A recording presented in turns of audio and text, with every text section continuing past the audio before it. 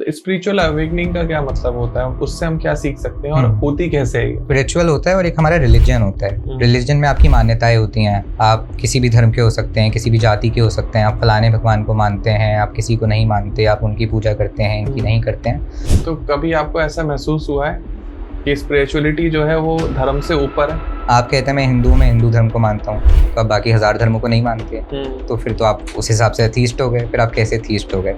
लेकिन स्पिरिचुअलिटी में आप कुछ मानते ही नहीं है, मतलब आपका मानने से दूर दूर तक मतलब विश्वास। क्या आप ये मानते हो कि कल के अवतार जो है एनर्जी फॉर्म में आ चुके हैं? तब जैसे हम कहते हैं जैसे राम जी का अवतार हुआ, कृष्ण जी का अवतार हुआ, तो किसको पता था कि ये लोग अवतार हैं? सामने सामने कृष्ण जी थे, दुर्योधन के भी सामने थे, अर्जुन के भी सामने थे। अब दुर्योधन को तो नहीं पता कि वो अवतार थे, तो केवल अर्जुन को ही क्यों कृष्ण जी ने गीता सुनाई, अर्जुन को ही क्यों चुना? तो ये चीज है। तो जब भी कोई अवतार प्रकट होता है या फिर उनका प्रकटीकरण होता है तो आम जनता को नहीं पता होता। तो क्या कल की अवतार जो है वो भारत का ही भला करने आ रहे हैं या पूरे विश्व का करने आ रहे हैं? तो जब भी हम कल की अवतार की बात करेंगे, हम ये नहीं बोलेंगे कि वो केवल भारत के लिए आ रहे हैं या फिर किसी भी एक पर्टिकुलर देश के लिए आ रहे हैं। लेकिन अभी ऐसे लेमैन मेरे मन में एक सवाल आ रहा है कि कहीं ऐसा तो नहीं कि जो इजराइल ईरान की वॉर हो रही है वो कल की अवतार ही करा रहे हैं?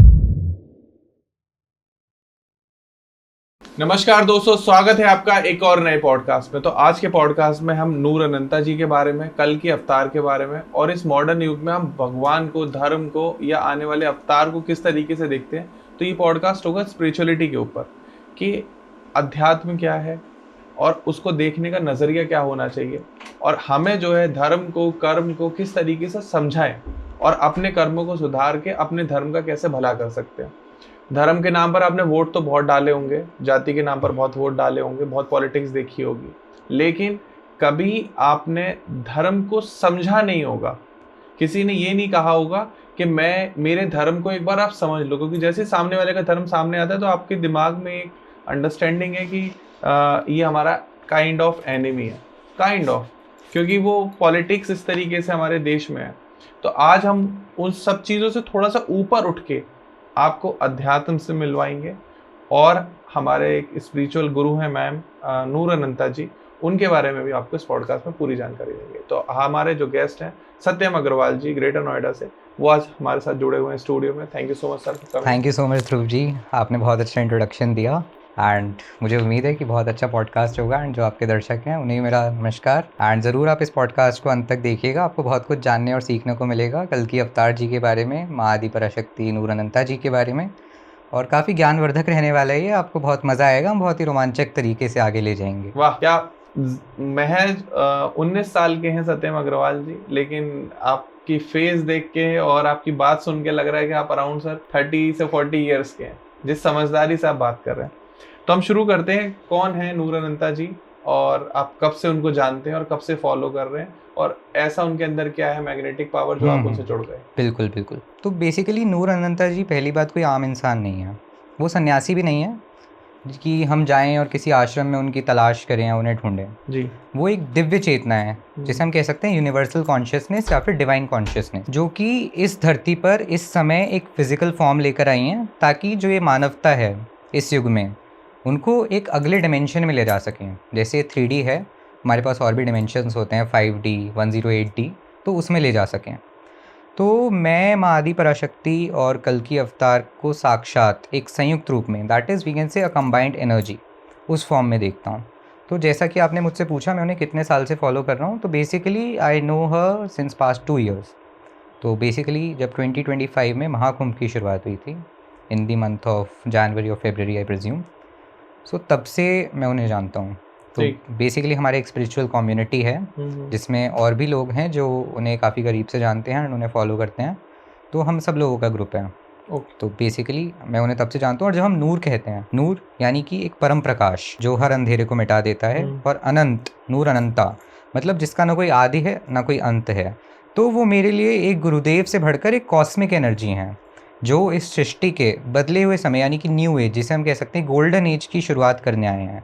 तो उनकी फिजिकल बॉडी सिर्फ एक माध्यम है, जो उनका असली स्वरूप है वो एक विशाल ऊर्जा और we can say infinite energy, वो है जो हर उस व्यक्ति से कनेक्ट हो रही है जो अंदर से जागृत होना चाहता है अवेकनिंग के प्रोसेस में, स्पिरिचुअल अवेकनिंग।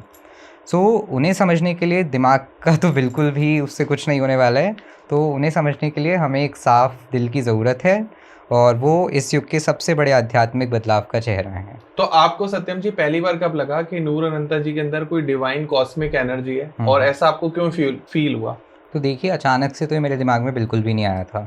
तो ये एक ना बहुत ऐसी घटना थी जिसने मेरे पूरे अस्तित्व को, मेरे पूरे एग्जिस्टेंस को अंदर से हिला कर रख दिया। तो शुरुआत में जब मैंने उन्हें देखा या फिर उनके बारे में सुना, जितना भी जाना, तो काफ़ी सारे लॉजिकल सवाल आए, जैसे कि आम लोगों को आते हैं, क्योंकि कोई डायरेक्टली स्पिरिचुअल सवालों से तो स्टार्ट करता नहीं है, पहले लॉजिक में ही जाता है। तो काफ़ी सारे लॉजिकल सवाल थे, लेकिन जब मेरा उनसे डायरेक्ट कनेक्ट हुआ, लाइक उनके घर पर, या फिर अभी हम एक केदारनाथ ट्रिप पर गए थे, मैं आगे उसके बारे में विस्तार से बताऊंगा, वहाँ पर उनसे मेरी डायरेक्ट मुलाकात हुई थी, तो तब मैंने उनकी आंखों में देखा और उनके आसपास की जो ऑरा है, उनकी जो एनर्जी है, उसे महसूस किया। And that was so magnetic. मुझे याद है वो पल, जो ऐसी एक शांति मेरे अंदर ऐसे उतर गई, तो बॉडी का एक एक सेल जो होता है वो वाइब्रेट होने लगा। तो मानो कि आप किसी एनर्जी के सामने होते हो जो एक बहुत ही बड़े लेवल पे, एक कॉस्मिक लेवल की हो।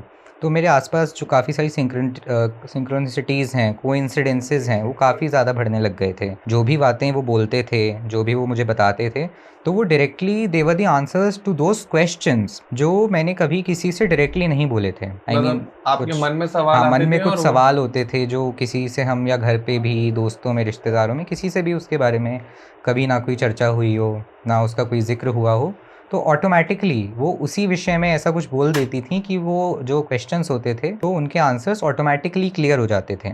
तो उस दिन मुझे समझ आया कि जो डिवाइन एनर्जी है, जो उनका प्रकटीकरण है, जो चमत्कार है, वो हमारे देखने के लिए या किसी के दिखाने के लिए बिल्कुल नहीं होता है। वो आपके अंदर की घटना है, और वो आपके अंदर के अंधेरे को मिटाकर आपकी जो स्पिरिचुअल अवेकनिंग है, यानी कि आपको जगाने के लिए होता है। So that is the point, the whole point. तो स्पिरिचुअल अवेकनिंग का क्या मतलब होता है, उससे हम क्या सीख सकते हैं और होती कैसे है ये? बिल्कुल बिल्कुल। देखिए, स्पिरिचुअल तो जैसे कि आप जानती हैं, देखिए, एक स्पिरिचुअल होता है और एक हमारा रिलीजन होता है। रिलीजन में आपकी मान्यताएं होती हैं। आप किसी भी धर्म के हो सकते हैं, किसी भी जाति के हो सकते हैं, आप फलाने भगवान को मानते हैं, आप किसी को नहीं मानते, आप उनकी पूजा करते हैं, इनकी नहीं करते हैं, तो वो आपका रिलीजन में आ जाता है। आपके काफ़ी सारे विश्वास होते हैं, बहुत सारे लोगों के अंधविश्वास भी होते हैं, तो बहुत सारी चीज़ें होती हैं। लेकिन स्पिरिचुअलिटी में ऐसा कुछ नहीं होता। जो अपने आप को स्पिरिचुअल बोलता है, वो किसी भी धर्म से ऐसा नहीं बोल सकता कि मैं केवल हिंदू धर्म से एसोसिएटेड हूँ, या फिर मैं मुस्लिम हूँ, या फिर मैं क्रिश्चियन ही हूँ। स्पिरिचुअलिटी में ऐसा कोई भी लॉजिक नहीं है। When you are spiritual, you are only dedicated for and to the humanity. मतलब आप इंसानियत के नाते करते हैं, जो करते हैं वो आप अच्छे के लिए करते हैं, किसी भी इंसान के लिए करते हैं, भले ही वो किसी भी धर्म का हो, किसी भी जाति का हो, उससे हमें दूर दूर तक कोई भी लेना देना नहीं है। तो ये स्पिरिचुअलिटी होती है। जो हमारी अवेकनिंग का प्रोसेस होता है, वो बेसिकली टोटली आपके ऊपर डिपेंड करता है कि आप कितना ज़्यादा अंदर से शांत हैं, आपका दिमाग, मस्तिष्क कितना ज़्यादा स्थिर है, आपके मन में किस तरह के विचार आते हैं, या फिर आपका डिवाइन के साथ कैसा सोल कनेक्शन है। तो उसके लिए मैं रिकमेंड करूँगा कि आप दिन में 5 मिनट शांति से बैठिए, ध्यान लगाइए, ट्राई करिए कि जो सबसे ऊंची चेतना है, यूनिवर्सल कॉन्शियसनेस है, उनके संग आप कनेक्ट करें। तो ऐसे ही धीरे धीरे करके हमारी स्पिरिचुअल अवेकनिंग शुरू होती है। एंड फिर जैसे जैसे हम इस प्रोसेस में आगे बढ़ेंगे, तो फिर आपका बिल्कुल कल की अवतार के साथ भी एक कनेक्शन स्थापित होगा। तो यही चीज़ है। तो कभी आपको ऐसा महसूस हुआ है कि स्पिरिचुअलिटी जो है वो धर्म से ऊपर है? बिल्कुल, स्पिरिचुअलिटी धर्म से ऊपर ही कहूँगा, बिकॉज धर्म में तो आप केवल एक स्पेसिफिक धर्म से एसोसिएट करते हैं। अब जैसे मान लीजिए, आप कहते हैं मैं हिंदू हूँ, मैं हिंदू धर्म को मानता हूँ, तो आप बाकी 1000 धर्मों को नहीं मानते, तो फिर तो आप उस हिसाब से एथीस्ट हो गए। फिर आप कैसे एथीस्ट हो गए? लेकिन स्पिरिचुअलिटी में आप कुछ मानते ही नहीं है, मतलब आपका मानने से दूर दूर तक, मतलब विश्वास, जैसे आपने ओशो को भी कभी सुना होगा, तो वो क्या कहते हैं कि मैं मानने पर विश्वास ही नहीं करता, मैं जानने पर विश्वास करता। तो जानना और मानना दो बहुत अलग अलग चीज़ें हैं। जब तक आप किसी चीज़ को जांचेंगे नहीं, परखेंगे नहीं, या फिर अनुभव नहीं करेंगे, तो आपको उसके विषय में क्या पता लगेगा।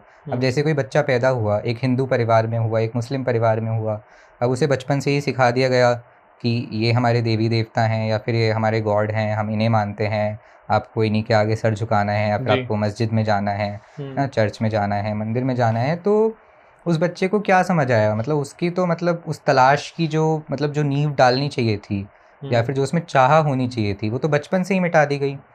तो मेरा तो यही सुझाव है, जैसा कि ओशो ने भी कहा है, और जो भी समझदार व्यक्ति होगा वो यही सोचेगा कि किसी भी बच्चे को आप शुरुआत से भगवान के बारे में बिल्कुल ना बताएं। जब तक उसके दिमाग में ना आए, या फिर उसके अंदर से ऐसा कुछ ना उठे कि मुझे जानना है कि ये सृष्टि क्या है, मैं यहाँ पे क्यों हूँ, या फिर यहाँ पे हमारा जन्म क्यों हुआ है, जब तक उसके अंदर से ये बात ना उठे तब तक कोई भी फ़ायदा नहीं है कि उसे किसी भी देवी देवता या भगवान के बारे में कुछ भी बताया जाए, क्योंकि जब खुद से हमारे अंदर ये चीज़ आएगी तो उसका एक अलग ही प्रभाव पड़ेगा और एक अलग ही कनेक्शन स्थापित होगा डिवाइन के साथ। तो ये चीज़ मैं कहना चाहूँगा। क्या आप ये मानते हो कि कल के अवतार जो है एनर्जी फॉर्म में आ चुके हैं? बिल्कुल, एनर्जी फॉर्म में आ चुके हैं एंड मैं जिनकी बात कर रहा हूँ तो फिजिकल फॉर्म में वो एनर्जी उन्हीं के साथ काम कर रही है। मतलब जितनी भी उनकी कॉस्मिक क्रियाज जो हुई हैं, मतलब जैसे हम कहते हैं जैसे राम जी का अवतार हुआ, कृष्ण जी का अवतार हुआ, तो किसको पता था कि ये लोग अवतार हैं? सामने सामने कृष्ण जी थे, दुर्योधन के भी सामने थे, अर्जुन के भी सामने थे। अब दुर्योधन को तो नहीं पता कि वो अवतार थे, तो केवल अर्जुन को ही क्यों कृष्ण जी ने गीता सुनाई, अर्जुन को ही क्यों चुना? तो ये चीज़ है। तो जब भी कोई अवतार प्रकट होता है या फिर उनका प्रकटीकरण होता है तो आम जनता को नहीं पता होता, क्योंकि वो तो बहुत जगह अलग अलग जगह घूमे। अब राम जी ने ताड़का का वध किया, अहिल्या को तारा, शबरी ने उनका इंतजार किया, तो सबको थोड़ी पता था। जैसे शबरी जी राम जी का इंतजार कर रही थी, उनकी अपनी श्रद्धा थी, उन्हें विश्वास था कि राम जी एक ना एक दिन जरूर आएंगे। बट जो अन्य ऋषि मुनि थे या फिर और भी जो लोग वहाँ से रोज विचरण करते थे वो तो कहते थे कि रोज रोज फूल क्यों बिछा रही हो, कोई नहीं आने वाला। तो वो आपके कनेक्शन पे डिपेंड करता है कि आपका कितना ज़्यादा कनेक्शन है, क्योंकि जिन जिन लोगों का कनेक्शन है ऑलरेडी डिवाइन के साथ, उन लोगों को ये सूचना पहले से ही, मतलब पोस्ट कोविड लाइक आफ्टर 2022 बहुत सारे लोगों को पहले से पता है कि कल की अवतार का प्रकटीकरण हो चुका है। एंड जो हम टाइमलाइन लेकर चल रहे हैं 2029-2030 तक का, जब सबकी कार्मिक क्लींजिंग होगी एंड हम आगे एक नए गोल्डन एज की तरफ आगे बढ़ेंगे। लेकिन जैसे कल के अवतार की बात होती है तो सिर्फ इंडिया में होती है, अब वर्ल्ड वाइड तो ये बात होती नहीं है। बिल्कुल बिल्कुल। तो क्या कल की अवतार जो है वो भारत का ही भला करने आ रहे हैं या पूरे विश्व का करने आ रहे हैं? नहीं, काफ़ी अच्छा प्रश्न है आपका। देखिए, जिसकी जो भी मान्यता होती है, अब आप जिस भी भगवान को मानते हैं, अब ऐसा तो नहीं है कि मेरे भगवान अलग हैं, आपके अलग हैं और आसमान में कोई बैठा है। जब भी हम भगवान की बात करते हैं तो जो भी आपका फिजिकल मैनिफेस्टेशन है वो केवल आपके लिए है कि आप अपने जो भी इष्ट देवी देवता हैं या जिनका भी आप स्मरण करते हैं, जिनकी भी पूजा करते हैं, आप उन्हें किस फॉर्म में देखते हैं। जी।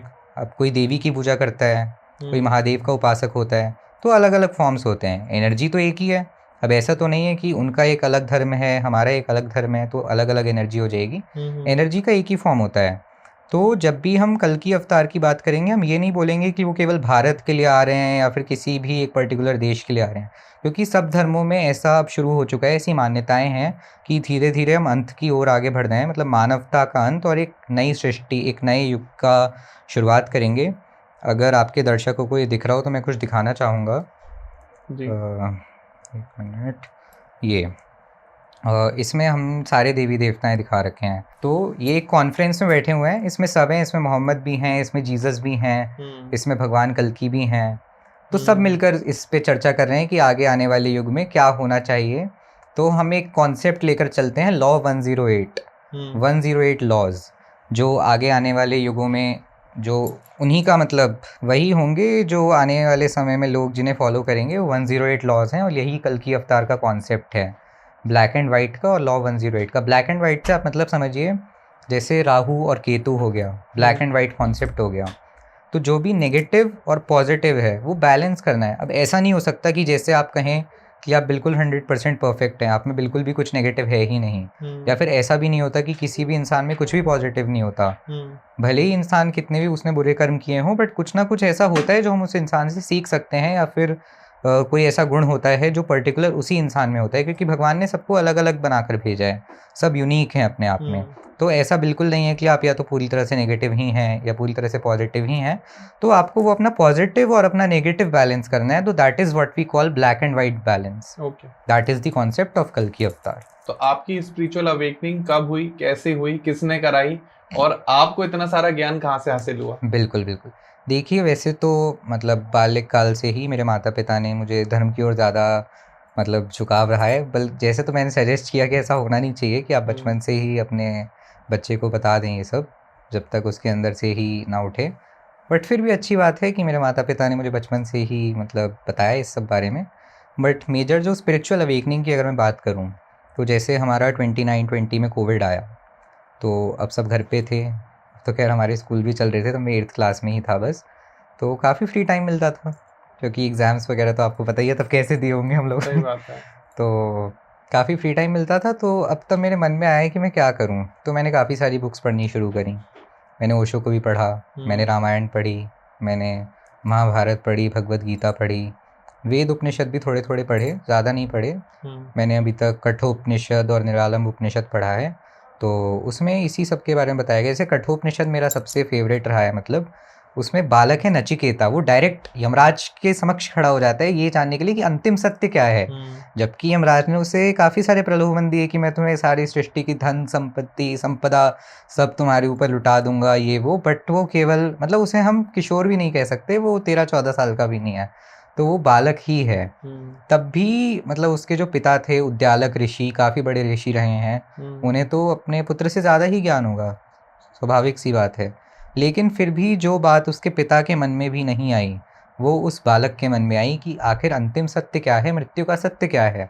तो उसने यमराज से उसके बारे में जाना और 3 वर प्राप्त किए। उसके बारे में कभी और चर्चा करेंगे, अभी हम अपने मेन टॉपिक पर आते हैं जी। तो आपने मेरी स्पिरिचुअल अवेकनिंग के बारे में पूछा, तो जैसा कि मैंने बताया कोविड में काफ़ी फ्री टाइम था, तो मैंने भी थोड़ा ध्यान साधना शुरू करी, तो मेरा भी धीरे धीरे कनेक्शन स्थापित होने लगा। तो 2021-22 आपने शायद सुना हो या ना सुना हो, मुझे नहीं पता, भविष्य मालिका के बारे में नहीं सुना है। तो एक हमारे उड़िया के संत हुए हैं श्री गुरु अच्युतानंद जी के नाम से। आप भगवान जगन्नाथ जी के बारे में तो आपने सुना होगा। हाँ बिल्कुल, सभी ने सुना है। हाँ, सभी ने सुना है, बहुत अच्छी बात है। तो जैसे हमारे भगवान जगन्नाथ जी हैं, तो हमारे 5 संत हुए थे, उनमें से एक थे श्री गुरु अच्युतानंद जी। तो बेसिकली हम उन्हें जगन्नाथ जी का ही एक अंश मान सकते हैं। तो जो ज्ञान था आगे आने वाले कलयुग में क्या होने वाला है, कैसे होने वाला है, क्या रहेगा क्या नहीं होगा, तो वो डायरेक्ट श्री गुरु अच्युतानंद जी से ही श्री जगन्नाथ जी ने संवाद के उसमें बताया था, उनके स्वप्न में बताया था, उनके समक्ष आकर बताया था। वो तो मैं इतने अच्छे से नहीं जानता हूँ, बट उनसे ही बताया था, ये मैं आपको पूरी गारंटी के साथ बता सकता हूँ। तो उन्होंने भविष्य मालिका के नाम से, उसे ग्रंथ नहीं करेंगे, वो एक मतलब काफ़ी सारी कड़ी की माला है। अब वो जो हमारा उड़ीसा है, वहाँ पे कुछ परिवार हैं जो उनसे ही संबंध रखते हैं। तो अभी कलयुग में भी गुरु अच्युतानंद जी किसी ना किसी फॉर्म में मैनिफेस्ट हुए होंगे, प्रकटीकरण हुआ ही होगा उनका, तो कोई नहीं जानता, क्योंकि सबका ही हुआ है। जितने भी राजा थे, महाराजा थे, है ना, जैसे हमारे फ्रीडम फाइटर्स रहे हैं, सुभाष चंद्र बोस जी रहे हैं, महात्मा गांधी रहे हैं, जितने भी पुराने युगों के जितने भी लोग थे, वो सारे वापस इस कलयुग में जन्म लेकर आए हैं अपनी अपनी कार्मिक क्लींजिंग करने के लिए। मतलब आपका अब तक जितने भी कर्म रहे हैं, उनके जितने भी फल होंगे, वो आपको इसी कलयुग में भुगतने पड़ेंगे। जब तक सबके कर्मों का हिसाब पूरा नहीं हो जाता, कल की अवतार सबके कर्मों का हिसाब सबको न्याय नहीं दे देते, क्योंकि बहुत सारे लोग हैं जिनके संग न्याय नहीं हुआ है। अब आप देखते हैं कि बहुत सारे पैसे वाले लोग भी होते हैं, बहुत गरीब लोग भी हैं हमारे देश में, तो बहुत सारा भ्रष्टाचार भी है। अब कुछ टैलेंटेड लोग हैं जिन्हें काम मिलना चाहिए, उनके पास काम नहीं है, और किसी के पास सोर्स होती है या फिर पैसा होता है, वो उसके थ्रू जो भी उन्हें करना होता है वो कर लेते हैं अपनी मर्जी से। सही बात है। तो ये तो बिल्कुल भी उचित बात नहीं है। तो इसलिए जब तक सबके साथ न्याय नहीं हो जाता, तब तक सतयुग का आरंभ बिल्कुल नहीं हो सकता। तो कल की अवतार सबसे पहले यही काम करेंगे कि जिसको जो भी न्याय होना है, या जिसके साथ जो भी सही गलत जिसका भी फैसला होना है, सबसे पहले वो होगा, उसके बाद ही हम आगे बढ़ेंगे। तो ऐसे ही मेरी स्पिरिचुअल अवेकनिंग हुई, मुझे धीरे धीरे ज्ञान की प्राप्ति हुई। फिर जब मेरा 2025 में नूर अनंता जी के साथ डायरेक्ट कनेक्ट हुआ, तो उसके बारे में मैंने आपको बताया ही था आगे की यात्रा कैसी रही है, तो काफ़ी अच्छी रही है अभी तक। तो बाकी हमारे पास और अभी 4-5 साल का समय है। वैसे तो मैं ये नहीं कहूँगा कि हमारे पास इतना समय है, अब आप मान लीजिए 2026 ही मान लीजिए एक तरह से, जिसको अपना मन फिराव करना है या फिर सोल कनेक्शन स्थापित करना है डिवाइन के साथ, वो इसी साल में कर सकता है, मंगल का साल है। तो मैं तो यही कहूँगा अपने दर्शकों से कि आप अपना मन शांत करके थोड़ा ध्यान करिए, डिवाइन कॉन्शियसनेस के साथ कनेक्ट करिए।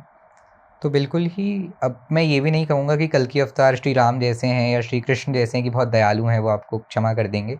जो भी आपके अपराध होंगे, उनके दंड या फिर जो भी न्याय होना होगा, वो तो अवश्य ही होगा आपके साथ।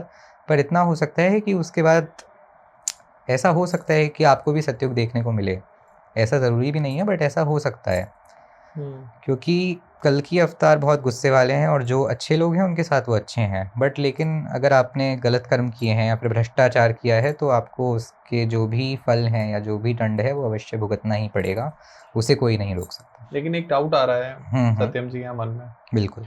अब जैसे अगर हम पीछे अवतार की बात करें, चाहे वो कृष्ण का हो या वो राम जी का अवतार हो, या जो भी भगवान जी ने अवतार लिए हैं पहले भी, तो उन्होंने क्या करा है, लोगों को, जो बुराइयां हैं लोगों को खत्म किया है, बिल्कुल। ठीक है। अब आप कह रहे हैं कि कल की अवतार होगा, अभी हो चुका है कॉस्मिक एनर्जी फॉर्म में आ चुका है, बिल्कुल। फिजिकल फॉर्म में आना बाकी। फिजिकल फॉर्म में मैनिफेस्टेड है, वो लोगों के सामने नहीं आया है, जो जानते हैं या फिर जिनका कनेक्शन स्थापित है वो उन्हें इस बारे में पता है। लेकिन अभी एज ए लेमैन मेरे मन में एक सवाल आ रहा है कि बिल्कुल। कहीं ऐसा तो नहीं कि जो इजराइल ईरान की वॉर हो रही है वो कल की अवतार ही करा रहे हैं? देखिए, क्योंकि उन्होंने आके जो बुराइयां हैं उनको खत्म ही करा, उन्होंने किसी ने रावण को मारा, तो किसी ने दुर्योधन को मारा, कौरवों को खत्म किया और अच्छाइयों की विजय प्राप्त करी। तो ये सारे युद्ध लड़ाई ये सब कल की अवतार तो नहीं करा रहे कहीं?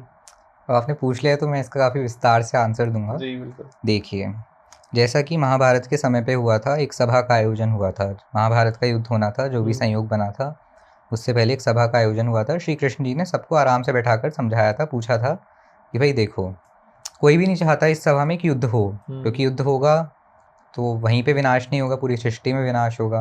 अब जैसे आज के समय में हमारे पास परमाणु हथियार हैं, अब तो खैर सब एक दूसरे को धमकाते रहते हैं कि हम ये कर देंगे, वो कर देंगे, इंटरनेट बंद कर देंगे, अब तो तेल और गैस भी महंगा हो गया है। तो उस समय पे हमारे पास ब्रह्मास्त्र होता था, हम उसे परमाणु के इक्विवेलेंट मान सकते हैं। तो कोई भी नहीं चाहता था युद्ध हो, तो श्री कृष्ण जी ने एक मौका, एक अवसर सबको दिया था, ये बताया था कि अभी भी टाइम है, सब समझ लो, क्योंकि फिर युद्ध होगा तो विनाश दोनों ओर से ही होगा, दोनों ओर ही क्षति होगी, हानि होगी, मृत्यु की, शहीद होंगे या जो भी होगा, काफ़ी सारे सैनिक। तो सेम चीज़ अभी हुई है। अब जैसे हमारे यूनाइटेड नेशंस है, अब मैं ये तो नहीं कहूँगा कि बहुत अच्छा काम कर रहा है, क्योंकि उसका कोई बहुत मेजर रोल है नहीं, मतलब इंटरनेशनल पॉलिटिक्स में या फिर जो भी हमारी डिप्लोमेसी होती है, जियो पॉलिटिक्स में कोई मेजर रोल प्ले नहीं कर रहा है, बस एक फॉर्मेलिटी है कि हाँ हो जाता है। अब पावर में वैसे हमारे पास अभी यूनाइटेड स्टेट्स ही है, रशिया है, अब भारत भी धीरे धीरे अपना वर्चस्व स्थापित कर रहा है। तो अब यही है कि जैसे हमारे मोदी जी शांति की पक्ष में ही रहते हैं, जो उनसे पूछा जाता है कि आप किसके पक्ष में हैं, रशिया के, यूक्रेन के, इजराइल के, ईरान के, तो बड़ा अच्छा लगता है मुझे जब वो कहते हैं कि मैं शांति के पक्ष में हूँ, मैं किसी के पक्ष में नहीं हूँ। ये बड़ी अच्छी बात है भारत की कि वो शांति के पक्ष में है। तो ऐसे ही उस समय में भी अवसर दिया गया था, तो इस युग में भी अवसर दिया गया कि शांति से बात करते हैं, क्योंकि जब भी शांति वार्ता होनी होती है या तो वो नहीं होती, और होती है तो उसका कोई रिजल्ट हमारे सामने नहीं आता, फिर वापस से युद्ध शुरू हो जाता है, टेम्परेरी सीज़ फायर करते हैं, फिर से युद्ध पे आ जाते हैं। अब जैसे हमारे इजराइल ईरान में हुआ, टेम्परेरी सीज़ फायर हुआ, अब हमारे ट्रम्प साहब भारत में सब यज्ञ कराते हैं और हवन कराते हैं कि ट्रम्प साहब आएँ, वो 24 घंटे में युद्ध रुकवाने वाले थे, 24 महीनों में भी नहीं रुकवा पाएंगे, ऐसे ही चलता रहा तो। अब देखिए क्या लीला चल रही है। आपने पूछा कि कल की अवतार कराएं, देखिए किसी भी अवतार का मकसद युद्ध कराना नहीं होता। जो भी हमारे कर्म हैं या फिर जो भी हमें करना है वो मनुष्य के हाथ में होते हैं, मानवता के हाथ में कि उसे क्या करना है। भगवान ने आपको खुला छोड़ रखा है, आपको जो करना है करिए। भगवान ने आपको सृष्टि दे रखी है, आप इसे अच्छे से सजाएं, निर्मित करें, कुछ अच्छा करें, या फिर आप उसे बिगाड़ें, पोल्यूशन फैलाएं, नदियों को ख़राब करें, ये सब आपके ऊपर है, ये सब आपके कर्म है। भगवान का आपके कर्मों में कोई हस्तक्षेप नहीं है। जैसा श्री कृष्ण जी ने भी कहा था गीता में कि मेरा तुम्हारे कर्मों में कोई हस्तक्षेप नहीं होगा, मेरा काम बस तुम्हारे कर्मों का फल देना है, और वो भी उनका भी काम नहीं है, प्रकृति स्वयं आपको आपके कर्मों का फल देती है। क्योंकि आपने देखा ही होगा कि इतनी बाढ़ आती हैं, टॉर्नेडोज होते हैं, साइक्लोन्स आते हैं, वो क्यों आते हैं? होने को तो एक प्राकृतिक घटना है, भूकंप प्राकृतिक घटना है, किसी का कंट्रोल नहीं है। आप भले ही कितने अच्छे मटेरियल से बिल्डिंग का निर्माण कर लीजिए या फिर कोई सी ही टेक्नोलॉजी यूज़ कर लीजिए, अगर आपकी बिल्डिंग को धराशायी होना होगा तो वो तो होगी। आपने देखा होगा अभी मलेशिया में, बैंकॉक में बड़ा बड़ा भूकंप आया था, तो इतनी बड़ी बड़ी बिल्डिंग्स थी, वो तो बहुत ही विकसित देश हैं, सब हिली नहीं, वो तो पूरी धराशायी हो गई, कुछ बचा ही नहीं। तो जो भी लीला होनी होगी या जो भी विनाश होना होगा वो तो होकर ही रहेगा, क्योंकि मनुष्य का प्रकृति के ऊपर कोई जोर चल ही नहीं सकता, तो असंभव बात है बिल्कुल। तो यही चीज़ है कि कल की अवतार का कोई युद्ध कराने का मकसद नहीं है। जो युद्ध करना है वो तो देशों देशों के बीच होगा, लोगों के बीच होगा, धर्मों के बीच होगा, गुरुओं के बीच होगा।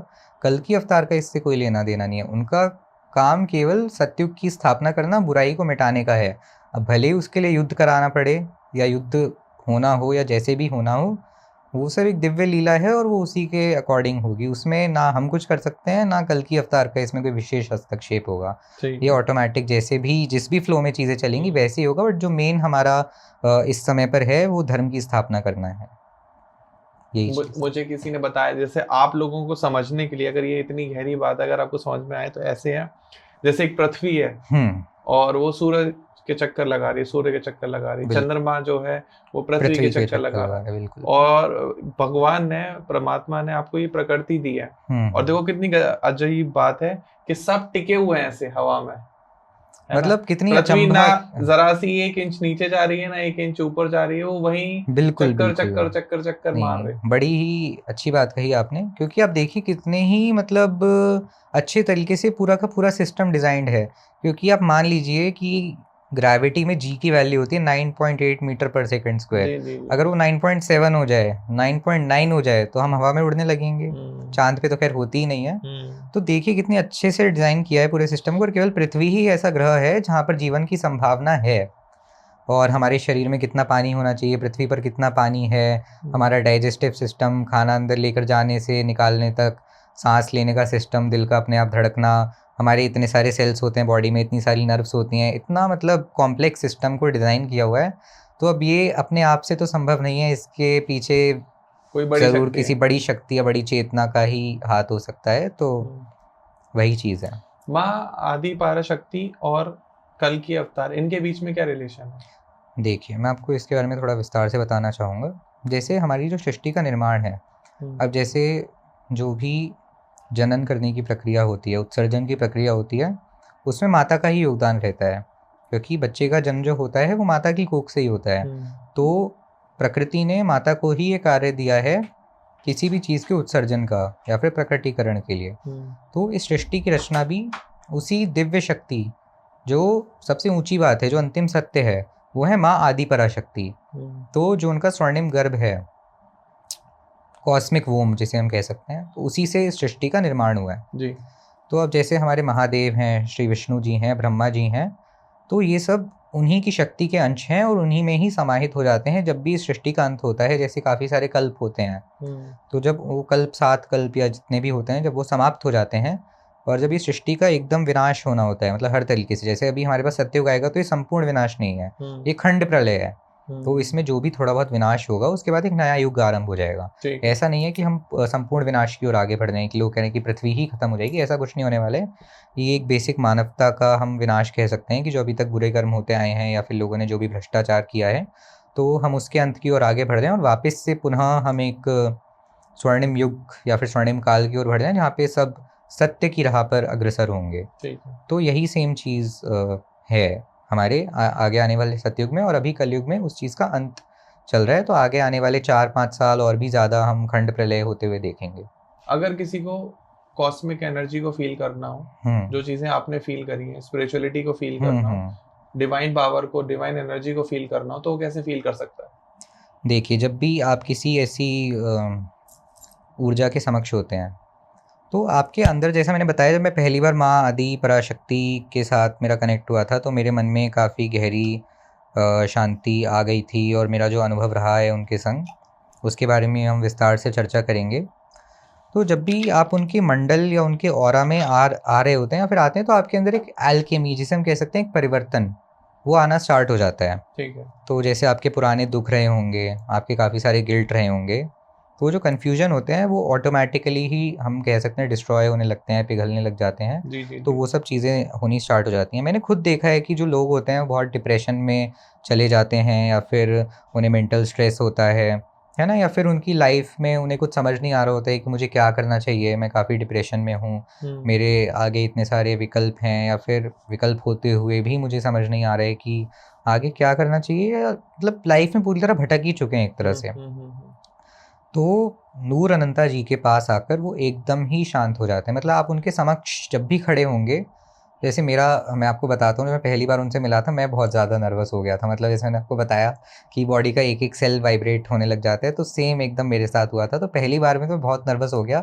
अब तो खैर हफ्ते 2 हफ्ते में हमारी बात होती रहती है, काफ़ी अच्छा लगता है। वो मुझे बताते हैं जब भी मैं किसी अचंभा में होता हूँ या फिर किसी भी डिलेमा में होता हूँ, मुझे नहीं समझ आ रहा होता है कि मुझे क्या करना चाहिए, क्या सही है, क्या गलत है। वैसे तो वो कहते हैं कि अपने मन की सुनो, अपने दिल की सुनो, वो बिल्कुल ये नहीं कहते कि दिमाग की सुनो। वैसे हमें दिमाग से भी अवश्य काम लेना चाहिए, मैं ये नहीं कहूँगा, बट जो हमें अपनी मेजॉरिटी चीज़ें हैं, क्योंकि जो आपका दिल होता है वो पहला एक ऐसा पॉइंट है जहाँ से आपको आवाज़ आएगी कि जो भी मैं करने जा रहा हूँ वो सही है या गलत है। तो ये चीज़ है। तो जब आपका दिल ये आवाज़ दे कि हाँ आप सही रास्ते पर जा रहे हैं, तो आप अवश्य उस कार्य को करिए कोई दो राय नहीं है। पर अगर आपको अंदर से आवाज़ आए कि नहीं ये काम सही नहीं है या फिर इससे कोई हानि हो सकती है सामने वाले को या मुझे, तो आपको बिल्कुल वो काम नहीं करना चाहिए। तो उनकी प्रेजेंस में एक ऐसी हीलिंग एनर्जी है जो आपके पुराने कार्मिक बैगेज, जिसे हम कह रहे हैं ना कि अब कार्मिक क्लींजिंग होगी लोगों की, जितनी पुराने हिसाब किताब बाकी है, तो ये कार्मिक क्लींजिंग यही है कि आपका जो पुराना कार्मिक बैगेज है तो उसे सबसे पहले क्लियर करना पड़ेगा, उसके बाद ही हम आगे सतयुग की बात कर सकते हैं, वरना सतयुग का तो सवाल ही नहीं उठता बिना आपकी कार्मिक क्लींजिंग के। तो लोगों को अपनी सोच को बदलना पड़ेगा, जो उनका सेल्फिश माइंडसेट है उससे निकलकर यूनिवर्सल लव के स्टेट में आना पड़ेगा। मतलब जब तक आपको पूरी मानवता से, मतलब इंसानियत से प्यार नहीं होगा, आपको एक पर्टिकुलर धर्म से निकलकर, मतलब जब भी आपसे पूछे कि कोई आपसे पूछे कि आप किस धर्म से बिलोंग करते हैं, आपका धर्म क्या है, तो बजाय ये बोलने के कि मैं हिंदू हूँ, मुस्लिम हूँ, क्रिश्चियन हूँ, जैन हूँ, आपको ये बोलना चाहिए कि मैं किसी भी धर्म से कोई संबंध नहीं रखता, मानवता एकमात्र धर्म है। तो ये सबसे सुंदर बात होगी आने वाले जो भी हमारा स्वर्णिम काल होगा। तो जितनी भी, मतलब ये ना पूरा हमारा जैसे डीएनए है, तो हमारा डीएनए ही अपग्रेड हो रहा है एक तरीके से, क्योंकि अभी हम 3D में हैं, तो जो सत्युग वाली चीज़ है 5D है, मतलब 5 डायमेंशनल है। तो वहाँ पे टेलीपैथी और भी हमारी जो चीज़ें होती हैं, मतलब अलग अलग चीज़ें होती हैं, काफ़ी होती हैं, आपने देखा ही होगा। खैर अब जैसे लोग सीरियल्स में देख लेते हैं तो काफ़ी ज़्यादा प्रभावित हो जाते हैं। खैर हमें इतना भी उनमें नहीं ट्रस्ट करना चाहिए, क्योंकि वो बनाए इस तरह से गए होते हैं लोगों को दिखाने के लिए, वो बस हमारे समझने के लिए। लेकिन अगर आप प्रॉपर ग्रंथ वगैरह पढ़ेंगे या फिर थोड़ा बात की गहराई में उतरेंगे तो आप पाएंगे कि और भी बहुत सारी चीज़ें होती हैं, वो बिल्कुल एग्जैक्ट रेप्लिका नहीं होता जो आपको टीवी शोज़ में दिखाया जाता है। They are just made to entertain the audience and give a brief idea of the story that took place in that era. However we must not like ऐसा नहीं हो जाना चाहिए कि हाँ बिल्कुल ऐसा ही होता था या ऐसा ही होगा सत्युग में। That is not the thing that we should be doing. So वो लोगों को बदलते नहीं हैं, वो उन लोगों को उनके असली और शुद्ध स्वरूप में वापस ले आते हैं। So that's the point of कल्कि अवतार। That's the concept. So you are a student, I think, of a science.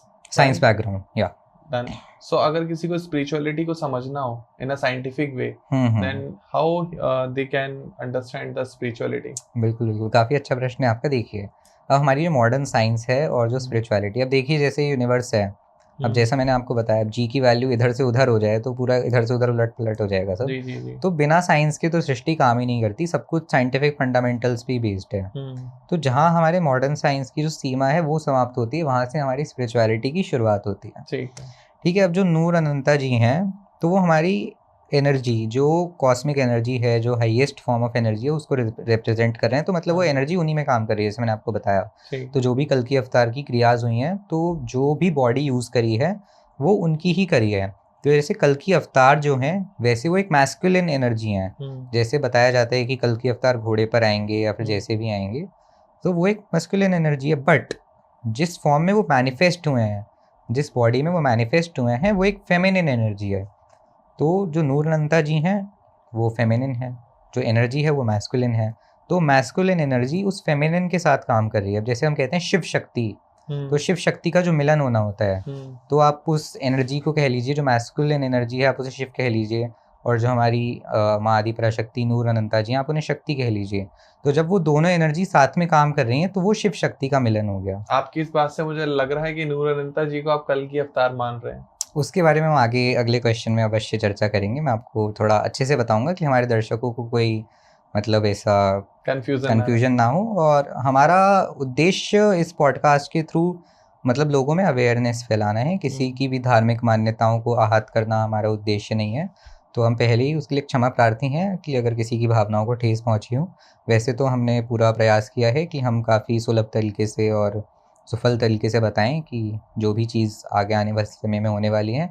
अब विश्वास करना ना करना वो टोटली आप पर डिपेंड करता है, क्योंकि जो होना है उसे कोई रोक नहीं सकता। सही बात है। तो दिव्य लीला है। तो जैसा कि अब मैं आपसे बता रहा था कि जैसे आज हमारी क्वांटम फिजिक्स है, वो इस बात का सबसे बड़ा सबूत है। अब जैसे हम कहते हैं कि everything is energy, E is equal to mc²।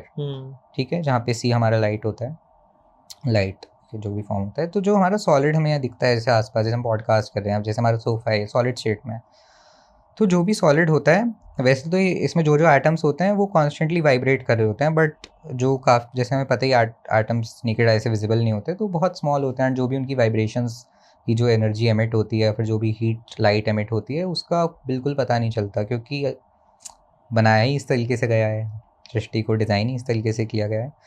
तो वो जो हाई फ्रीक्वेंसी कॉस्मिक वेव्स हैं, जब हम उनके पास बैठते हैं, नूर अनंता जी के पास, तो जो हमारे ब्रेन वेव्स हैं जो बीटा से अल्फा और थीटा स्टेट में, अब कोई साइंटिफिक बैकग्राउंड का हमारा दर्शक होगा तो वो ज़्यादा अच्छे से समझ पाएगा।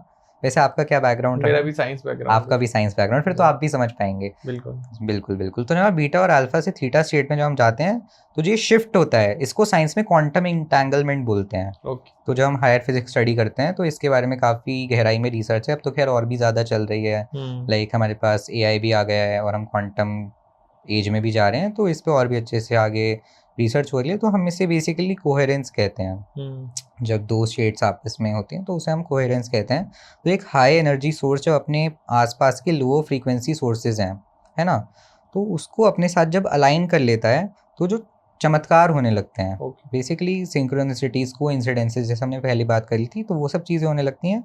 तो that is basically in actual the advance spiritual science, जिसे हमारा दिमाग अभी पूरी तरह से डिकोड नहीं कर पाया है, बिकॉज अभी हम 3D में ही हैं, हम 5D में शिफ्ट नहीं हुए हैं। तो जब हम 5D में शिफ्ट करेंगे तो हमारे ब्रेन की स्टेट तक कुछ और होगी। तो will be definitely be able to decode these advance spiritual scientific things which are not like, वो लोगों को स्ट्राइक ही नहीं करता है बेसिकली कि ऐसा भी कुछ हो सकता है।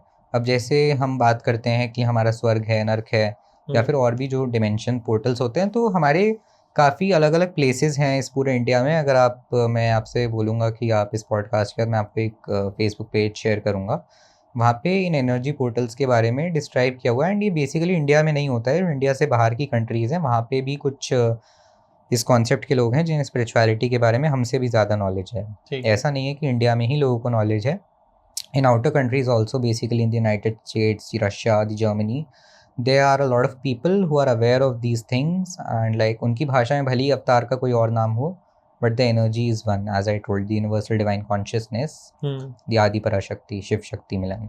सो उस एनर्जी के बारे में जो भी जानते हैं, तो हमारे मतलब पृथ्वी पे अलग अलग पोर्टल्स हैं उन डिमेंशंस में एंटर करने के। अब भले ही वो हमारी आंखों से ना दिखता हो, इसका मतलब ये नहीं है कि जो हमें दिख नहीं रहा वो है नहीं। ऑब्वियसली कभी कभी मिराज भी होता है, जो हमें दिखता है वो होता नहीं, और जो होता है वो नहीं दिखता, ऐसा भी होता है। तो ज़रूरी नहीं है कि हमारी आंखों से जो हमें नहीं दिखता, हमें उसके बारे में पता है, हमें नहीं दिख रहा तो वो चीज़ है ही नहीं। उसकी संभावना अवश्य हो सकती है। बस ऐसा हो सकता है कि अब जैसे हमारे मैथ्स में होता है, यूनिवर्सल सेट होता है, उसके अंदर काफ़ी सारे सबसेट्स होते हैं। अब आपकी सोच का दायरा इतना इतना है तो वो आपके लिए सबसेट है, मेरी सोच का दायरा इतना है तो मेरे लिए यूनिवर्सल सेट है। तो वो आप टोटली आपकी सोच का दायरा कितना है उस पर डिपेंड करता है। जो चीज़ है वो तो है। अब भले ही आप भगवान को माने या ना माने, आपके मानने से उस एक्सटर्नल चीज़ पे कोई इफेक्ट नहीं हो रहा जी। भले ही आप माने या ना माने, जो चीज़ है वो तो रहेगी। या तो आप उसे स्वीकार करिए या फिर आप उसका तिरस्कार करिए, टोटली डिपेंड्स ऑन यू। अब किसी ने आपको कोई कंप्लायंस या ऐसे कुछ फोर्सफुली तो कह नहीं रखा है कि आपको मानना ही मानना है या फिर ऐसा कुछ करना ही करना है। वो तो टोटली आपके ऊपर डिपेंड करता है। पूजा कर लिए मत कर लिए, सर झुकाइए मत झुकाइए, मंदिर जाइए मत जाइए, सही बात है। तो सही बात है। वो तो आप, जिसके पास टाइम होगा वो नहीं जाएगा, जो बिजी है वो नहीं जाएगा। बट इतना तो होना चाहिए कि आप एटलीस्ट थोड़ा ग्रेटफुल रहें उस एनर्जी के प्रति जिसने आपको इस सृष्टि में वापस से आने का मौका दिया, अपने पुराने कार्मिक क्लींजिंग, कार्मिक पैटर्न्स को तोड़ने के लिए। पैटर्न्स की बात आई है तो मैं बताना चाहूँगा कि जो कल्कि अवतार का कॉन्सेप्ट पुराने पैटर्न्स को तोड़ने से रिलेटेड भी है। अब जैसे एक गहरा विषय है, हम उस पर बात करते हैं। अब जैसे जो हमारी फीमेल्स होती हैं, फेमिनिन एनर्जी जो है, तो during their periods they are told that they should stay away from a lot of things and all such things. तो ये हमारा एक पुराना पैटर्न बना हुआ है। And like male should not, खैर आजकल तो चीज़ें काफ़ी चेंज हो गई हैं, मेल्स भी काफ़ी पार्टिसिपेट करते हैं house hold activities, but in most of the places these things are still being prevalent कि हाँ ऐसा नहीं होना चाहिए। तो ये सब हमारे पुराने पैटर्न्स बने हुए हैं। तो कल्कि अवतार इसको भी ब्रेक करने के लिए आए हैं, एंड लोगों को ये तोड़ना ही पड़ेगा to move further in that golden era. So that is another concept of Kalki Avatar apart from the black and white and the Law 108 concept. बहुत ही important question, ठीक है, and it's not related to the education. Okay. It is about you. Okay. Why you are so much interested in Kalki Avatar, नूर अनंता जी? इनमें आपका interest इतना ज़्यादा क्यों है, और आप लोगों को इसके बारे में क्यों बताना चाहते हो? देखिए, सबसे पहले आपको कोई भी चीज़ पता चलती है अपने घर वालों को बताते हैं, अपने दोस्तों रिश्तेदारों को बताते हैं, बट कल की अवतार ऐसा विषय है, ऐसा टॉपिक है जो पूरी मानवता के लिए है। अब ऐसा तो नहीं है कि कल की अवतार मेरे लिए आए हैं, आपके लिए आए हैं, मेरे रिश्तेदार दोस्तों के लिए आए हैं। किसी ने एक पॉडकास्ट में बताया कि कल के अवतार गभाना में आ रहे हैं, वहाँ एक मंदिर बन रहा है। किसी ने कहा कि संभल में आ रहे हैं। हाँ, संभल की बात उठी है तो मैं इस पे बात करते हैं पहले, फिर आपके क्वेश्चन का भी आंसर। जी जी। तो देखिए, लोग कहते हैं कि संभल फलानी जगह में उत्तर प्रदेश की किसी गांव में है, और हमारे क्या नाम है, थोड़ा दिमाग से निकल गया, शायद स्वामी यश, जी हैं, हम उनका नाम नहीं लेना कोई चाहिए। यश शर्मा जी हैं उनका, हाँ स्वामी जी हैं। हाँ, तो सबके अपने अलग अलग मत हैं, विचार हैं। बट अब आप मुझे खुद ही बताइए, क्या कोई भी ऐसा कर सकता है कि जैसे हमारे पुराने ग्रंथ भी हैं, तो उसमें जो बातें लिखी गई हैं वो आपको डायरेक्ट तौर पर बताने के लिए नहीं लिखी गई हैं, उसका एक सिंबॉलिक मीनिंग होता है। अब जैसे लिखा है कि कल की अवतार घोड़े पर आएंगे, तलवार लेकर आएंगे, हम आगे बात करेंगे इस बारे जी। में। तो वो एक सिंबॉलिक वे में लिखा है, उसका मतलब ये नहीं है कि फिजिकली वो एक घोड़े पर आ रहे हैं तलवार लेके सबको मारने के लिए। That is not a physical manifestation that you should be thinking ji. would happen and we'll be seeing कल की अवतार घोड़े पर आते हुए in this modern era. That is not possible, not at all possible. तो that is a symbolic representation of what is gonna happen. अब बात करते हैं संभल की, तो संभल ग्राम कोई एक्सटर्नल चीज़ नहीं है। अब जैसे हमारे जितने भी देवी देवता हैं, मतलब बहुत सारे देवी देवता हैं, इंद्रदेव हैं, वायुदेव हैं, अग्निदेव हैं, सूर्यदेव हैं, शनिदेव हैं, राहु केतु हैं, तो ये सब जितनी भी एनर्जीज हैं, ये सब हमारे कल की अवतार में मर्ज हो गई। तो जो कल की अवतार की अपनी बॉडी है, उनका जो शरीर है, फिजिकल मैनिफेस्टेशन है, तो हम उसी को ही संभल बोल रहे हैं। तो कल की अवतार अपने आप में ही संभल है। Sambhal is not an external entity that is situated outside of this planet or this universe. That is not an external entity residing or like situated in a place or a location specifically. कल की अवतार अपने आप में ही संभल है। So that is the point that our audience should keep in mind, because ये अभी तक किसी ने नहीं बताया होगा। मुझे ऐसा ही लगता है कि मैं ही होऊंगा जिसने पॉडकास्ट में इस बात का जिक्र किया है कि कल की अवतार अपने आप में ही संभल हैं। तो कोई ऐसा ना सोचे कि आप बाहर जा जाकर कल की अवतार को ढूंढने के लिए निकल रहे हो तो उसका कोई फ़ायदा नहीं होने वाला है। भले ही आप 10 चक्कर काट लो, 1000 बार उन्हें ढूंढ लो, बुला लो, उससे कुछ नहीं होगा। आपको अपने अंदर ही उनकी खोज करनी पड़ेगी एंड वहीं से ही आपका जो डिवाइन कनेक्शन है वो स्थापित होगा। और बात करते हैं कि मुझे इतना इंटरेस्ट क्यों है।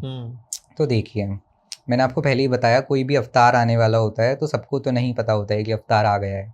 जिसका पहले से कनेक्शन स्थापित होगा डिवाइन के साथ, या फिर कोई गहरा संबंध रहा होगा, उसे ही पता चलता है कि हाँ, मतलब ऐसा तो डायरेक्ट भी नहीं पता चलेगा कि हाँ कल की अवतार ही हैं।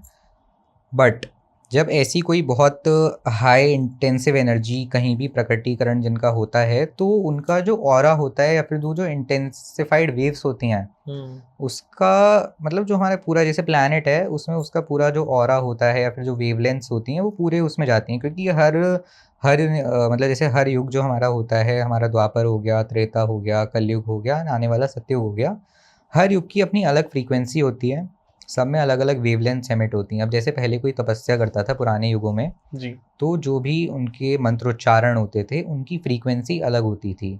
तो अब जैसे टीवी में दिखाते हैं, क्या दिखाते हैं, उसमें कोई तपस्या कर रहा है, मंत्र पढ़ रहा है, ऊपर से भगवान देख रहे हैं, ऐसे ही दिखाते हैं। बट एक्चुअल में ऐसा नहीं होता है। आपकी जो फ्रीक्वेंसी है, जब वो उस यूनिवर्सल कॉन्शियसनेस की फ्रीक्वेंसी से मैच करेगी, तब वो एनर्जी आपको उस फिजिकल फॉर्म में मैनिफेस्ट होकर दिखाई देगी। क्योंकि भगवान कोई पर्टिकुलर ऐसा नहीं है कि महादेव के फॉर्म में है, विष्णु के फॉर्म में है, जीसस के फॉर्म में है। आपने जैसे भी उस एनर्जी को मैनिफेस्ट करके उसका स्मरण किया है, आपके समक्ष तो वो वैसे ही आएगी, बट होगी वो वही यूनिवर्सल चेतना। तो हर युग की अपनी अलग फ्रीक्वेंसी है। त्रेता में जो मंत्र लोग तपस्या करते थे उनकी अलग फ्रीक्वेंसी होती थी। तो जब तक वो फ्रीक्वेंसी उस यूनिवर्सल कॉन्शियसनेस या जो यूनिवर्स की फ्रीक्वेंसी है उससे मैच नहीं होगी, तब तक आपको वो जो फिजिकल मैनिफेस्टेशन है जिसका आप आह्वान करना चाह रहे हैं या फिर जिसके आप दर्शन प्राप्त करना चाह रहे हैं वो नहीं हो पाएगा, जब तक वो मैच नहीं हो पाती। और कलयुग में तो बड़ा ही साधारण है, आप मंत्रोच्चारण भी ना करें, आप भले ही जाप भी ना करें, आप बस दिन में एक बार भगवान का स्मरण कर लें, जिनको भी आप मानते हैं। खैर मैंने मानने को तो कहा है कि आप जानने पे ज़्यादा बिलीव करें, मतलब बिलीव भी क्या ही बोलूँ मैं इसमें, मतलब आप जानने पर ही आगे अग्रसर हों, मतलब जो भी आपका रास्ता। तो आप बस मन में एक बार उस एनर्जी का ध्यान कर लीजिए, थोड़ा ग्रेटफुल रहिए, तो that is more than sufficient. बाकी आप अपने कर्म करते रहिए, क्योंकि मेन जो आपका है वो कर्म करना ही आपका मेन मकसद है यहाँ पे। ऐसा नहीं है कि आप 24-24 घंटे बैठ के भगवान के आगे नतमस्तक रहेंगे, उनकी पूजा करते रहेंगे, उससे कोई लाभ नहीं होने वाला। क्योंकि ऐसा नहीं है कि भगवान के लिए कोई स्पेसिफिक पर्सन फेवरेट है या फिर ये मेरा फेवरेट नहीं है। भगवान के लिए सब इक्वल है। भगवान ने सबको कर्म करने के लिए खुला छोड़ रखा है। वो आपके ऊपर है कि आप किस टाइप के कर्म करते हैं। आप दुष्कर्म करते हैं या फिर ऐसे कर्म करते हैं जिससे मानवता का भला हो रहा है। One more question regarding to this podcast. जो धर्म के नाम पर लड़ाई होती है, जातिवाद होता है, आतंक होता है धर्म के नाम पर, उस पर आपके क्या व्यूज हैं? खैर इस पर तो बहुत लंबा बोला जा सकता है, बट मैं इसका हम एक पूरा पॉडकास्ट करेंगे, लेकिन मैं बहुत शॉर्ट में आपका व्यू लेना चाहता हूँ, क्योंकि आप नूर अनंता जी से इतना ज्यादा जुड़े हुए हैं, तो मुझे हर शब्द में नूर अनंता जी सुनाई दे रही है। बिल्कुल नहीं, अब आपने खैर सुन लिया है तो आपको अवश्य ही आप भी उनकी एनर्जी से कनेक्ट होंगे। हो सकता है जल्दी मुझे उनके दर्शन हो जाए। बिल्कुल, मैं आपको अवश्य मिलवाऊंगा उनसे, जब भी मौका ऐसा मिलेगा अवश्य मैं उनके दर्शन कराऊंगा। देखिए, अब हमारे बहुत सारे धर्म हैं, सबके अपने अपने अलग धर्मगुरु हैं, सबके अपने वैचारिक मतभेद होते हैं। अब बहुत सारे हमारे टीवी चैनल्स होते हैं, उन पे लोगों को बुलाया जाता है। अब वो जानबूझकर बुलाया जाता है, उन्हें अपनी टीआरपी बढ़ानी होती है। जब तक कुछ ऐसा मिर्च मसाला लगाकर दिखाएंगे नहीं कि हाँ भाई लड़ने को तैयार हो गए सेट पे, तब तक दर्शकों को मज़ा नहीं आएगा। जब तक दर्शकों को मज़ा नहीं आएगा उनका चैनल नहीं देखेंगे। सही बात। तो दिखाया ही इसलिए जाता है। और उससे हटकर बात कर जाए कि जो आपस में वैचारिक मतभेद हैं, क्योंकि अब देखिए हमारे जितने भी ग्रंथ वगैरह थे, अब जैसे हमारा नालंदा बहुत बड़ी यूनिवर्सिटी थी, तक्षशिला थी, तो आपको पता ही होगा कि ये जो हमारी आज़ादी की लड़ाई हो रही थी या फिर उससे पहले के टाइम में सबको जला दिया गया था। तो हमारे जितने भी ग्रंथ हैं वैदिक पौराणिक, तो जो हमारे पास एक्चुअल ज्ञान है उस टाइम का, जो एक्चुअल हमारे पास ज्ञान था, हमारे ऋषि मुनियों ने हमें दिया था, वो इस युग तक नहीं आ पाया है। अब जैसे हमारी गीता प्रेस है गोरखपुर की, ये जो जितनी भी हमारी गीता आती हैं या फिर और भी अलग अलग वेद पुराण जो भी आते हैं, तो इसमें काफ़ी सारी मिलावट की गई है। तो मैं तो अपने दर्शकों को यही सजेस्ट करूँगा कि आप इसे ना ही पढ़ें तो ज़्यादा बेटर है, क्योंकि या तो आपके पास ज्ञान हो तो पूरा हो, आधा तो बिल्कुल ना हो, और वरना तो हो ही ना, तो ज़्यादा बेटर है। जो भी आपके अनुभव, देखिए ज्ञान तो वही होता है जो आपको अपने अनुभव से आए। अब मैं आपको फलानी चीज़ बता दूं कि ऐसा ऐसा होता है, अब आपके एक्सपीरियंस में लाइफ में कभी आया ही नहीं वो, तो पहली बात तो आप उसे जाने या ना जाने फालतू की बात है, आपके लिए कोई सेंस ही नहीं है उस बात का, जब आपके एक्सपीरियंस में ही नहीं आया। या तो आपके एक्सपीरियंस में आया हो और मुझे उसके बारे में ना पता हो तो बात अलग है। मतलब जो चीज़ जब तक आपके एक्सपीरियंस में ही नहीं आ रही तो उसे जान के आप करेंगे क्या? क्योंकि बात तो तब है जब आपके एक्सपीरियंस में कोई चीज़ आई, आपने उससे कुछ सीखा, फिर अपने जीवन में उतारा कि आगे मेरे सामने ऐसी कोई परिस्थिति आएगी या फिर मैं ऐसे किसी संकट में फंसूंगा तो मैं इस तरह से आगे जाऊंगा, या फिर ये मेरा कोर्स ऑफ एक्शन होगा आगे के लिए, तब तो कोई बात है। तो जो भी ज्ञान है वो आपको अपने अनुभव से ही प्राप्त होता है, इसके अलावा कोई ज्ञान नहीं होता, वो सब फालतू की बातें होती हैं। वाह। So Satyam Agarwal ji, you have great knowledge about the spirituality, and मैं काफी कुछ रिलेट कर पा रहा हूँ का the new age young enlightened boy. Thank you so much Dhruv ji. आपके शब्दों से कहीं नहीं लग रहा कि आपकी एज 50 से कम है। So it's all blessings of माँ and the Noor Ananta ji, and हो सकता है कि कल के अवतार का कुछ आपको अभाव हुआ हो, एहसास नहीं, मेरा तो यही मानना है कि ये मैं आपके यहाँ पॉडकास्ट करने आया हूँ इस टॉपिक पे, तो ये कल की अवतार का ही ऐसा था कि मेरे द्वारा ही ऐसा बताया जाए दर्शकों को, या फिर इस सृष्टि को, जो भी आपके दर्शक होंगे या फिर वो आगे इसे करेंगे, तो मेरे द्वारा ही ये बात बताई जाए कि हाँ ऐसा कुछ घटना होने वाली है और अब सबको सावधान होना चाहिए, क्योंकि हम 2026 को एज एन ईयर लेके चल रहे हैं जहाँ पर एक आखिरी मौका दिया जा रहा है। मैं तो कहूँगा कि बस हाँ यही अंतिम समय है, क्योंकि आप देखेंगे 27, 28, 29, 30 बहुत बड़े लेवल पर विनाश होने वाला है। ऐसा भी होगा कि कई कई दिन तक हो सकता है इंटरनेट ना भी चले, बैंक अकाउंट्स बंद हो जाएं, खाने की कमी हो, जल की कमी हो, बहुत दिन बिना इलेक्ट्रिसिटी के रहना पड़े, कुछ भी हो सकता है, क्योंकि युद्ध में कुछ नहीं कह सकते। अभी हमारे पिछले साल युद्ध पाकिस्तान के साथ हुआ था, तभी हमने देखा था कि काफ़ी सारी मॉक ड्रिल्स कराई गई थी, तो हमें हर चीज़ के लिए तैयार किया गया था कि बिना खाने के कैसे रहना है, बिना पानी के कैसे रहना है, इलेक्ट्रिसिटी के बिना कैसे रहना है, क्योंकि युद्ध में जो भी फाइटर प्लेन्स जा रहे होते हैं, जहाँ भी उन्हें थोड़ी सी भी रोशनी दिखाई देगी वहीं सबसे पहली मिसाइल आके गिरनी है, कोई डाउट ही नहीं है उसमें। तो इसीलिए हमें हर तरीके से मतलब तैयार रहना ज़रूरी है।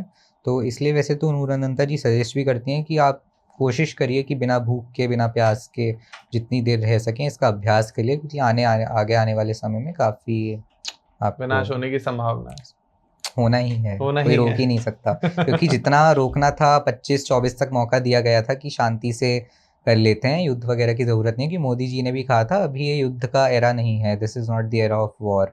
उन्होंने अपने तरीके से जो करना था कर लिया। तो अब जैसे बात मोदी जी की आ ही गई है तो मैं उनके बारे में बताना चाहूँगा कि अब जो हमारे मोदी जी हैं, अमित शाह हैं, राहुल गांधी हैं, अब काफ़ी सारे स्टेटमेंट सुनते हो गए। अब जैसे राहुल गांधी का शायद पिछले साल, इस साल में कोई याद नहीं, बट एक स्टेटमेंट आया था कि भारत माता क्या है, कौन है? याद है आपको ऐसा कुछ उन्होंने बोला हो? नहीं मुझे याद नहीं, कोई नहीं, मैं मेरा आपको बाद में फोकस उनकी तरफ थोड़ा कम रहता है। बहुत लोगों का कम रहता है, खैर मैं इस बारे में कुछ बोलना नहीं चाहूँगा इस चैनल पर, बट हाँ, उन्होंने ऐसा बोला था कि आखिर ये भारत माता कौन है, क्या है। और एक बार उन्होंने लोकसभा में पोस्टर दिखाया था ऐसे महादेव का, वो लेकर आए थे, शायद आपको वो याद हो, मैं आपको क्लिप शेयर करूँगा बाद में।